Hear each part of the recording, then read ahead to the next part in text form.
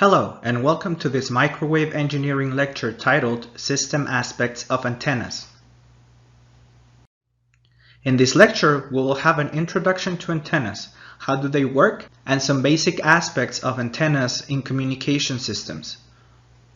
We'll also look at the fields and power radiated by an antenna, the antenna pattern characteristics, antenna gain and efficiency, and finally, aperture efficiency and effective area.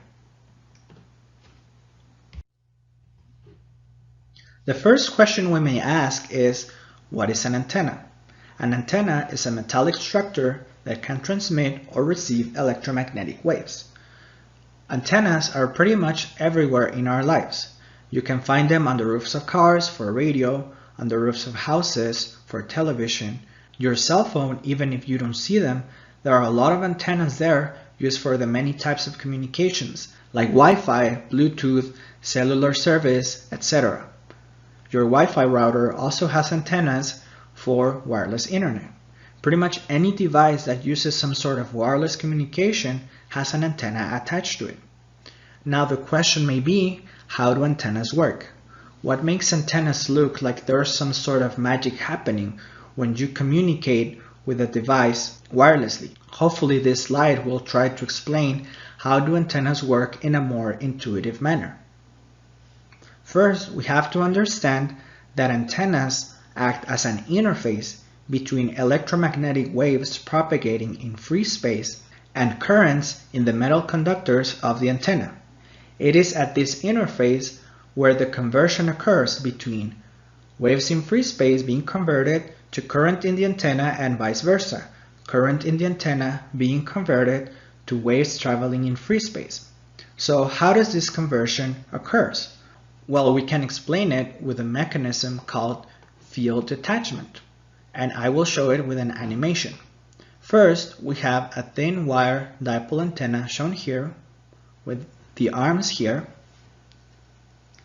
Then at the middle is the feed where we will drive the antenna with an alternating current, and so positive charges will move on the top arm and negative charges will move on the bottom arm. The green line will show the electric field between these two charges. So what's going to happen is that the positive charge will move along the antenna up to the top and then bounce back or reflect at the end. Then it's going to go back to the feed and disappear. Same thing with the negative charge. Now look at what happens at the electric field when the charges are moving. When the charges are moving, the electric field expands, and then when the charges go back to the middle, the electric field sort of pinches at the middle, and then now it forms a closed loop with no beginning and no end, therefore converting to a traveling wave propagating in free space. This is analogous to when you blow bubbles, right? You have a ring and then you blow bubbles through the ring and then the bubble is expanding, and then when the bubble closes, it travels in air. So this is pretty much an analogy to what happens here on the field detachment. Now, in reality, we not only have one charge, but we have many charges traveling back and forth within the antenna, and so the field detachment mechanism may look more something like this.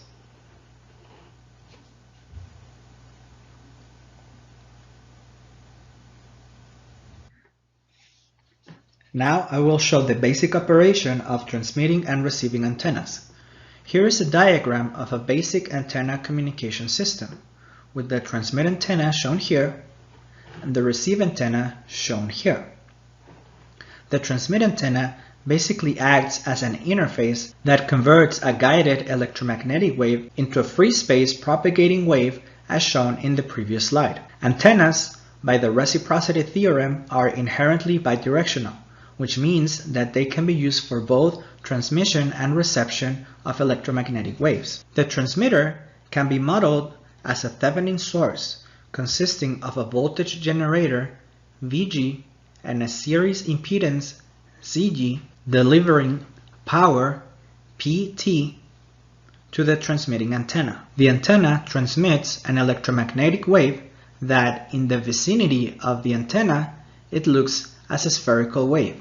This area is called the near field. At long enough distances, the spherical wave expands and now approximates a plane wave over a certain area. This area is called the far field. The receive antenna intercepts a portion of that plane wave and delivers a receive power, PR, to the receiver load impedance, ZL. This is the operation of a basic antenna communication system. A wide variety of antennas have been developed for different applications. Here's a look at the different types of antennas. Wire antennas can include dipoles, helical antennas, Yagi-Uda arrays, and pretty much any antenna that is built using thin wires.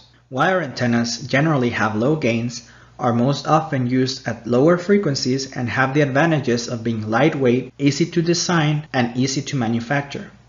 Aperture antennas, as the name implies, have some sort of aperture or effective area in which the electromagnetic waves are transmitted in a directional manner, and can include open-ended waveguides, rectangular or circular horn antennas, and parabolic antennas. They are usually used at microwave at millimeter wave frequencies and have moderate to high gain.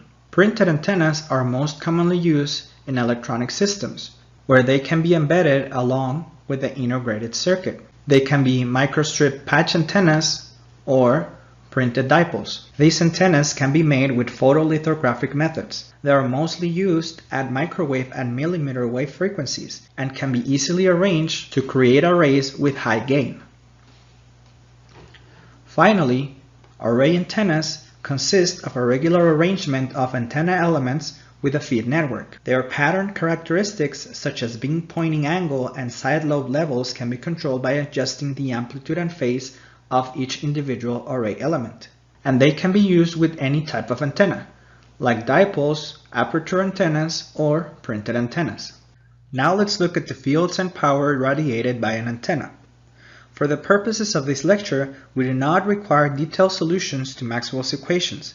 However, we need to be familiar with the far zone electromagnetic fields radiated by an antenna. Now, consider an antenna located at the origin of a spherical coordinate system, shown here. At large distances, where the localized near-zone fields are negligible, the radiated electric field of an arbitrary antenna can be expressed as this, where E is the electric field vector, theta and phi are unit vectors in the spherical coordinate system. R is the radial distance from the origin, and K0 equals 2 pi over lambda, which is the free space propagation constant, with wavelength given by C0 over F. We also have the pattern functions, shown here. The interpretation of this formula is that this electric field propagates in the radial direction with a phase variation of e to the minus j K0 r, and an amplitude variation of 1 over r. The electric field can be polarized in either the theta or phi direction, but not in the radial direction, since this is a TEM wave. Now, the magnetic fields associated with these electric fields are, for h phi, this, and for h theta, this, where eta naught equals 377 ohms, which is the wave impedance of free space. Note that the magnetic field can also be polarized, but only in the transverse directions. Now the Poynting vector from the previous fields are given by this, S equals E cross H conjugate. And the average time Poynting vector is given by 1/2 of the real part of S, which is equal to 1/2 E cross H conjugate, and the units are watts over meters. We mentioned earlier that at large distances, the near fields of an antenna are negligible, and the far field is the distance where a spherical wavefront approximates a planar phase front of a plane wave. This approximation applies over to the radiating aperture of the antenna, and so it depends on the maximum dimension of the antenna. We will call this maximum dimension d, and so the far field can be approximated as 2d squared over lambda, where lambda is the operating wavelength of the antenna. For electrically small antennas such as short dipoles and small loops, this result may give a far field distance that is very small. So in this case, a minimum value of 2 wavelengths is desired for the far field. Let's look at a quick example of the far field distance of an antenna. A parabolic reflector antenna used for reception with the direct broadcast system is 18 inches in diameter and operates at 12.4 GHz. Find the far field distance for this antenna. At 12.4 GHz, the wavelength is given by 2.42 centimeters or 0.0242 meters. The maximum dimension of the antenna is the diameter, which is 18 inches or 0.457 meters. So, the far field distance is going to be 2 times 0.457 squared over 0.0242, which gives a distance of 17.3 meters. The direct broadcast system satellite to Earth is around 36,000 kilometers, so it is very safe to assume that the receive antenna is in the far field of the parabolic antenna. Now, let's define the radiation intensity of the radiated electric field, defined as U of theta phi equals R squared times the magnitude of the average Poynting vector. We can expand this expression into its vector components to obtain this. In terms of electric fields, we get this expression, and in terms of pattern functions, we obtain this. The units of the radiation intensity are watts, or watts per unit solid angle, since the radial dependence has been removed. The radiation intensity gives the variation in radiated power versus position around the antenna.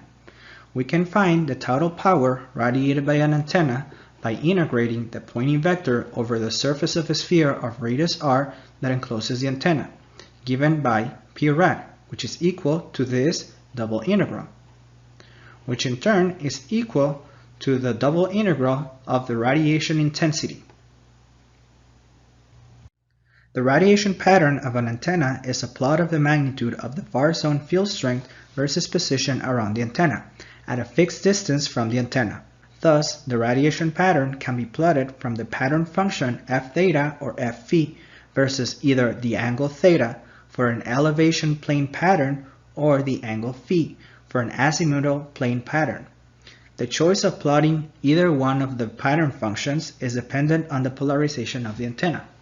For a more intuitive explanation about the radiation pattern, I will show first a simulation in 2 dimensions of a 2-element array with spacing of lambda between elements. Here is the simulation running. Look how in the far field a pattern starts to emerge. If we plot the magnitude of the far zone field versus the position around the antenna, in this case around the angle theta, we get a radiation pattern like this. Notice how where there is destructive interference between the waves caused by the array system, nulls are located also in the radiation pattern. Notice also how there are wider lobes at the sides of the array which correspond to these lobes, and narrow lobes on the top and bottom of the array corresponding to this.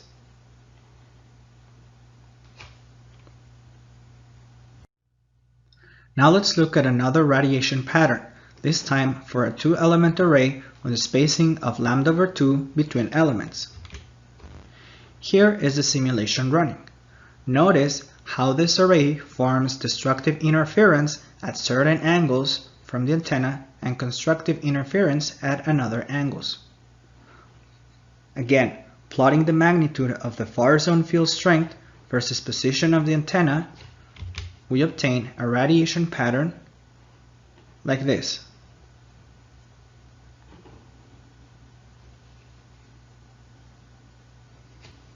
Now we can look at the radiation patterns in 3 dimensions of the previous element arrays. For this radiation pattern corresponding to the array with spacing lambda between elements, the 3D radiation pattern is given by this, which again is obtained by plotting the magnitude of the far zone field versus position around the antenna now over the full spherical region, where the color bar represents the strength of the field and blue represents the nulls.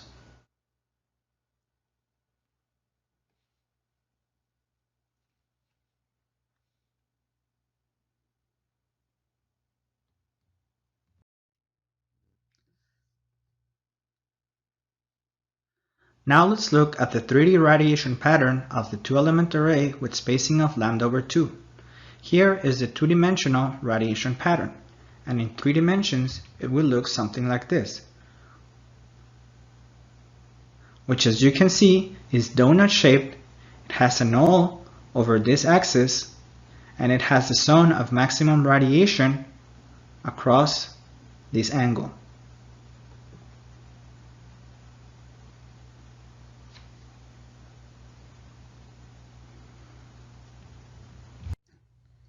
Now let's look at some antenna pattern characteristics. A fundamental property of an antenna is its ability to focus power in a given direction while excluding others. Thus, an antenna with a broad main beam can transmit or receive power over a wide angular region, while an antenna having a narrow main beam will transmit or receive power over a small angular region. Here are some measures of these focusing effects. The 3dB beam width.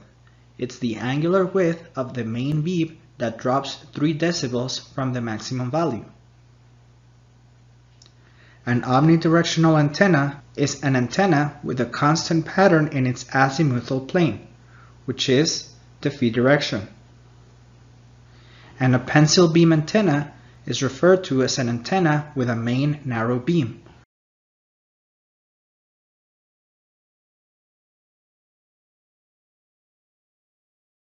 Another measure of the focusing ability of an antenna is the directivity, defined as the ratio of the maximum radiation intensity in the main beam to the average radiation intensity over all space, which is given by D equals U max over U average, which can be rewritten as 4 pi U max over P rad, which in turn gives this equation. Now, directivity is a dimensionless ratio, and is expressed in decibels as D in decibels equals to 10 log of directivity D. One important note is that an isotropic antenna is a hypothetical antenna that radiates equally in all directions, given by this radiation pattern with spherical shape, which means that U is equal to 1. Therefore, the directivity equals 1 or 0 dBs. In this case, directivity in relation to an isotropic antenna is also referred to as dBi. Here are some directivities from common antennas. For a half-wave dipole, the directivity is 2.15 decibels. For a microstrip patch, it is around 7 decibels. A waveguide horn has 23 decibels directivity, and a parabolic reflector 35 decibels. The 3dB beam width and directivity are both measures of the focusing ability of an antenna, as stated before. A pattern with a narrow main beam leads to a higher directivity, and a pattern with a broad main beam leads to a lower directivity. It is also possible to derive an approximation for directivity for pencil or narrow beam antennas, which is given by this. D equals 32,400 over theta 1 times theta 2, where theta 1 and theta 2 are the beam widths along 2 orthogonal planes in degrees. Now let's look at an example of the pattern characteristic of a dipole antenna. The far zone electric field radiated by an electrically small L less than lambda over 10 wire dipole antenna oriented on the z-axis is given by E of theta equals V naught times sine theta e to the minus j k naught r over r, and E of phi equals 0. Find the beam position of the antenna, its 3 dB beam width and directivity. Now for the solution, we'll find the radiation intensity for the far field, which is given by use of theta phi equals r squared over 2 eta naught times the magnitude of E phi squared, which corresponds to this expression. And its radiation pattern in 2 dimensions is shown here, and in 3 dimensions is shown here. Now to find the angle where the radiation intensity drops by 3 decibels, we'll have to solve this equation. Sine squared of theta equals 0.5, and thus we get 2 solutions. Theta 1 equals 135 degrees and theta 2 equals 45 degrees. And so the 3 dB beam width will be the difference between theta 1 and theta 2, which is equal to 90 degrees, and is shown here.